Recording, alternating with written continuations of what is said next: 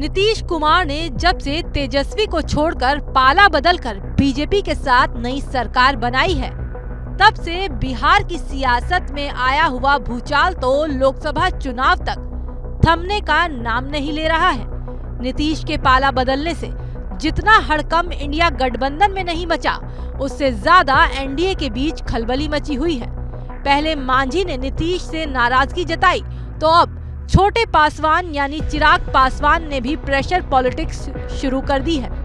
चिराग पासवान ने ऐसा दांव खेला है जिससे सबसे ज्यादा अगर किसी को नुकसान होगा तो वो है नीतीश कुमार।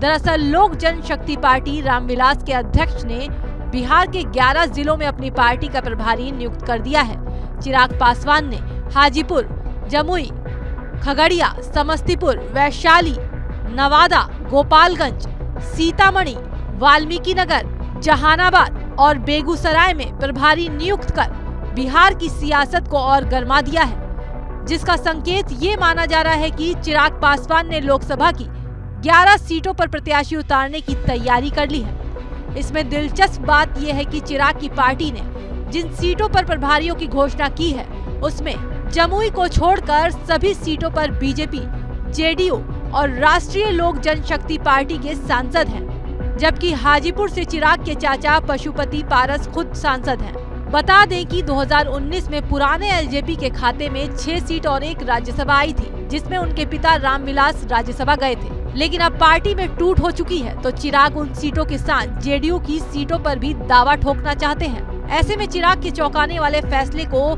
2 तरह से देखा जा रहा है। एक तो चिराग ने एनडीए में सीटों के ऐलान से पहले बीजेपी की परेशानी बढ़ा दी, तो दूसरी तरफ छोटे पासवान ने जमुई को छोड़कर उन्हीं सीटों पर प्रभारी घोषित किए, जहां से या तो उनके चाचा की पार्टी आरएलजेपी के या फिर नीतीश की पार्टी जेडीयू के सांसद हैं। यानी चिराग के इस दांव से 2022 बिहार विधानसभा चुनाव की तरह 2024 में भी ऐन मौके पर बिहार में बड़ा राजनीतिक उलटफेर देखने को मिल सकता है। इस बार भी इस राजनीतिक उलट-पुलट का खामियाजा बिहार के सीएम नीतीश कुमार और उनकी पार्टी जेडीयू को उठाना पड़ सकता है।